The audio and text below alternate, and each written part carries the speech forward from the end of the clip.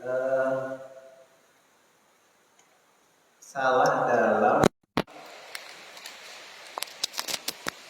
buat definisi akibat dari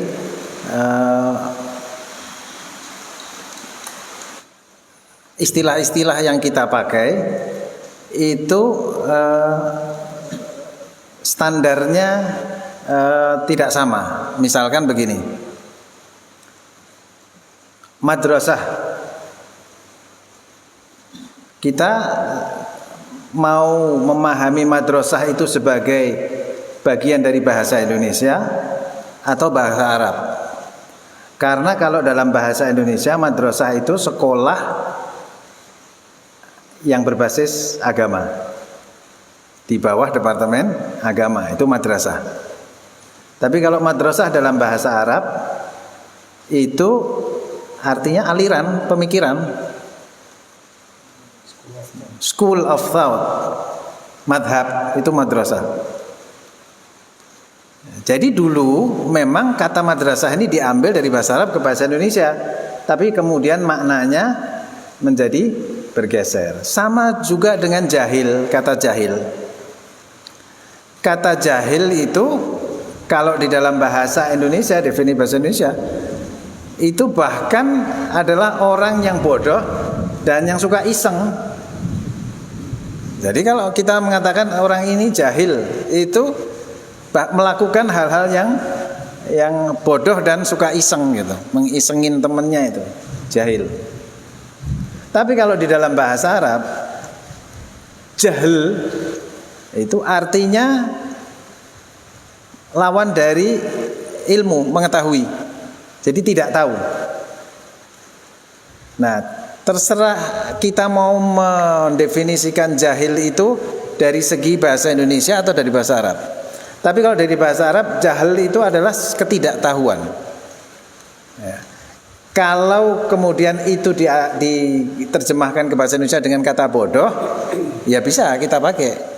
Maka yang dimaksud itu adalah kebodohan yang diakibatkan karena kelemahan kita tidak tahu sesuatu itu.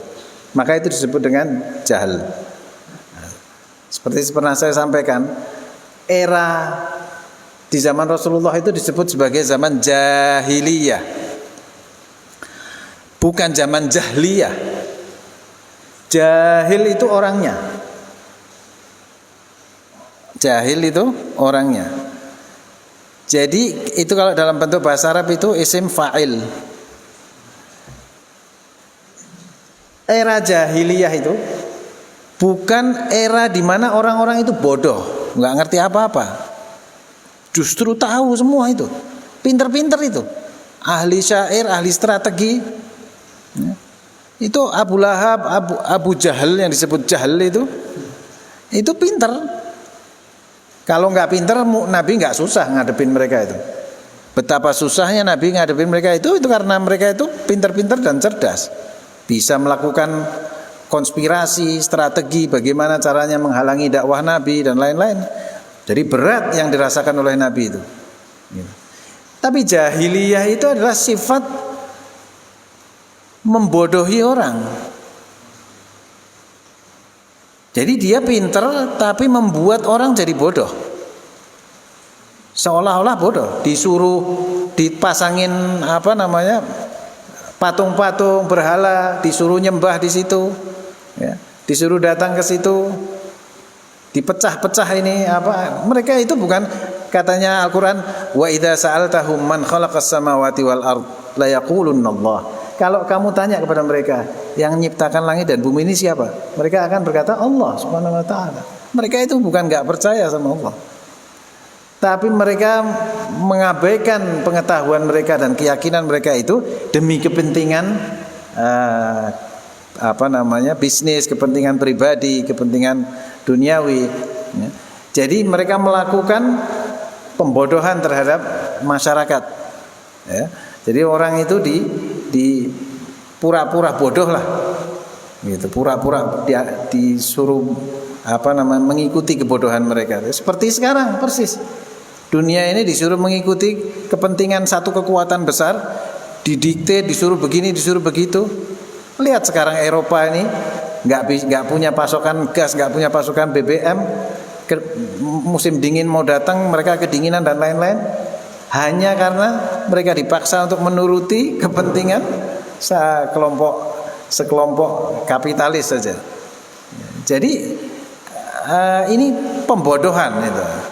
Jadi mereka itu bukan orang bodoh, orang pinter yang membodohi orang-orang yang bisa dimanfaatkan oleh mereka itu. Nah, jadi jahil yang dimaksud di sini, yang tadi di dalam bahasa Arab itu adalah ketidaktahuan sesuatu. Jadi seperti misalkan ayat Al-Quran yang mengatakan in ja'akum fasiqun binaba'in fatabayyanu an tusibu qauman bijahalatin. Nah, jahalah ini ketidaktahuan. Nah, kenapa? Jadi kalau datang seorang fasik, ya, bawa berita, fatabayyanu, tabayyun, diteliti dulu, cari benar nggak ini, cari info dulu. Antusibu qauman bijahalah, jangan sampai kamu mengambil keputusan menimpakan tuduhan kepada satu kelompok karena jahalah, karena ketidaktahuan.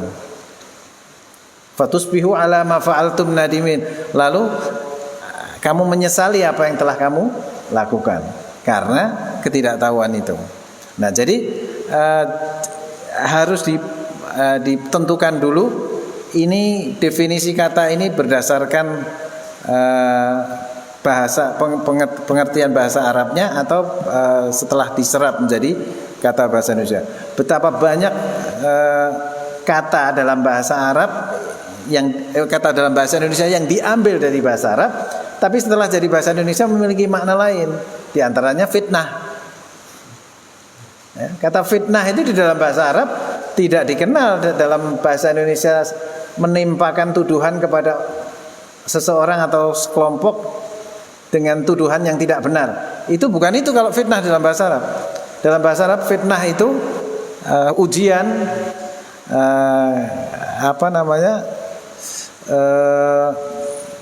kekacauan, kemelut, kekacauan itu fitnah. Apabila datang seorang yang baik-baik melamar seorang laki-laki yang baik-baik agamanya dan akhlaknya melamar anakmu, maka jangan ditolak. Kalau ditolak nanti akan jadi fitnah, akan terjadi kemelut lah. Kemudian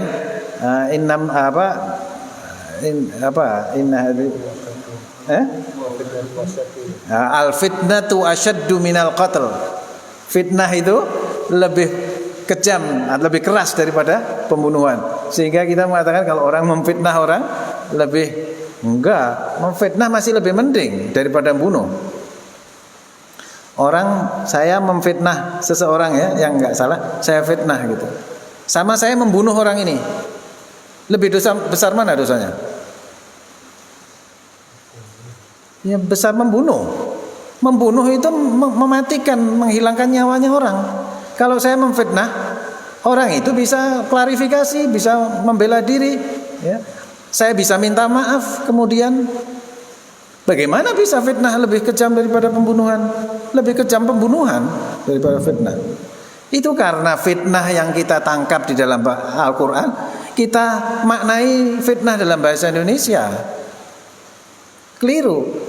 Fitnah itu adalah membuat kemelut, kekacauan. Al-qatl itu perang, ya. Jadi terjadinya kekacauan di dalam masyarakat itu lebih berat daripada kalau kita perang.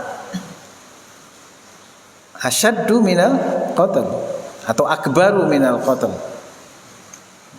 Coba itu dibuka kitab-kitab tafsir menjelaskan makna dari ayat al-fitnatu asyaddu atau akbaru minal qatl. Ada dua ayat. Satu ayat mengatakan asyaddu minal qatl, akbaru minal qatl.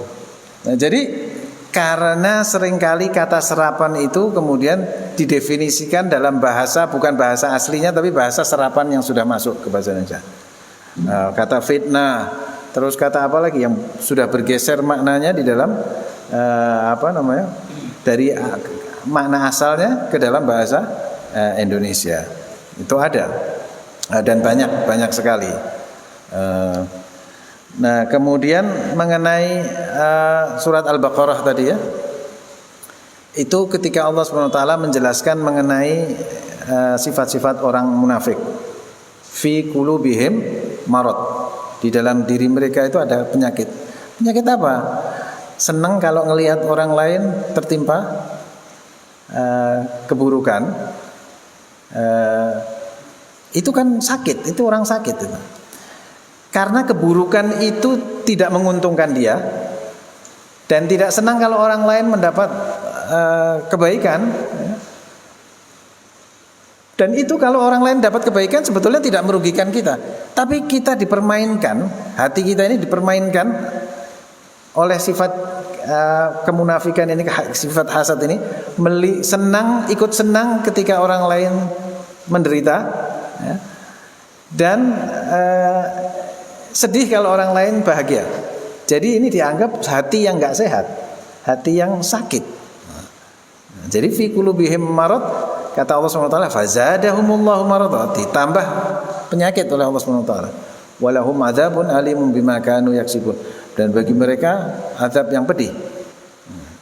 Nah, jadi itu menjelaskan tentang sifat-sifat orang munafik yang di depannya dia menunjukkan kebaikan, pro kepada umat Islam, tapi di belakang mereka merongrong umat Islam. Itu yang dilakukan oleh kaum munafik di sekitar Madinah, karena waktu di Makkah, ya, waktu di Makkah itu hampir tidak ditemui orang munafik, karena umat Islam masih lemah. Jadi semua itu senang, dia bangga dengan kekafirannya, menentang Nabi Muhammad SAW, karena dia kekuatannya lemah. Nabi Muhammad ini dan kelompok kaum muslimin ini lemah. Ketika di Madinah dan penganut Islam makin banyak, semakin banyak, tidak ada jalan lain orang-orang ini kalau dia menunjukkan kekafirannya secara langsung, dia jadi minoritas. Akibatnya apa? Banyak orang yang sebetulnya nggak mau ikut, tapi pura-pura ikut karena dia ingin masuk ke dalam kelompok mayoritas. Nah, tapi perilakunya, tindakannya selalu membuat merugikan umat Islam. Nah, itu oleh Allah SWT kemudian dibongkar. Wa minal a'rabi munafiqun wa min ahlil Madinah maradu 'alan nifaq. Dan di antara sebagian orang-orang Arab, minal a'rab, ya, ada orang-orang munafik. Wa min ahlil Madinah, dan dari penduduk Madinah juga banyak yang munafik. Maradu 'alan nifaq, mereka justru keterlaluan dalam kemunafikannya. Tapi Allah SWT peringatkan, la ta'lamuhum nahnu na'lamuhum. Engkau memang enggak tahu ya Muhammad, akulah yang tahu. Sehingga Allah SWT hanya memberitahu apabila diperlukan siapa orang munafik, siapa yang bukan munafik. Jadi Nabi pun itu tidak